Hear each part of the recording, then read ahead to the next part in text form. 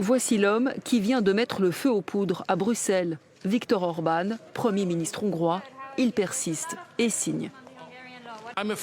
Je suis un défenseur des droits de l'homme. Sous le régime communiste, l'homosexualité était punie et je me suis battu pour leur liberté et leurs droits. Donc, je défends les droits des homosexuels. Mais cette loi n'a rien à voir avec ça. Il s'agit du droit des enfants et des parents. Au cœur de la polémique et dénoncée par la population hongroise elle-même, une loi votée le 15 juin dernier censée lutter contre la pédocriminalité et qui stipule notamment la pornographie et les contenus qui représentent la sexualité ou promeuvent la déviation de l'identité de genre, le changement de sexe et l'homosexualité ne doivent pas être accessibles aux moins de 18 ans. Pour moi, avec cette loi, ils n'ont plus rien à faire dans l'Union européenne. Mais je ne suis pas seul à décider. Il y a 26 autres pays. Cela doit être fait étape par étape.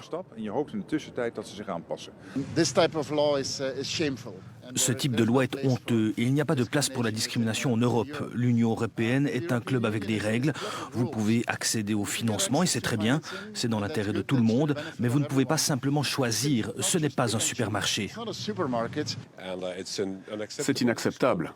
C'est en contradiction avec la Charte des droits de l'homme et aussi avec certaines réglementations au niveau de l'Union européenne pour le marché intérieur et la distribution de livres ou de services audiovisuels. Résultat, 17 pays membres, dont la France, l'Allemagne, l'Espagne, l'Italie, interpellent dans une lettre commune les chefs de l'Union européenne et le secrétaire général de l'ONU. Nous devons continuer la lutte contre la discrimination envers la communauté LGBT et réaffirmer notre défense de leurs droits fondamentaux. Les condamnations fusent, mais quels effets auront les pressions de Bruxelles? Viktor Orban, lui, reste droit dans ses bottes.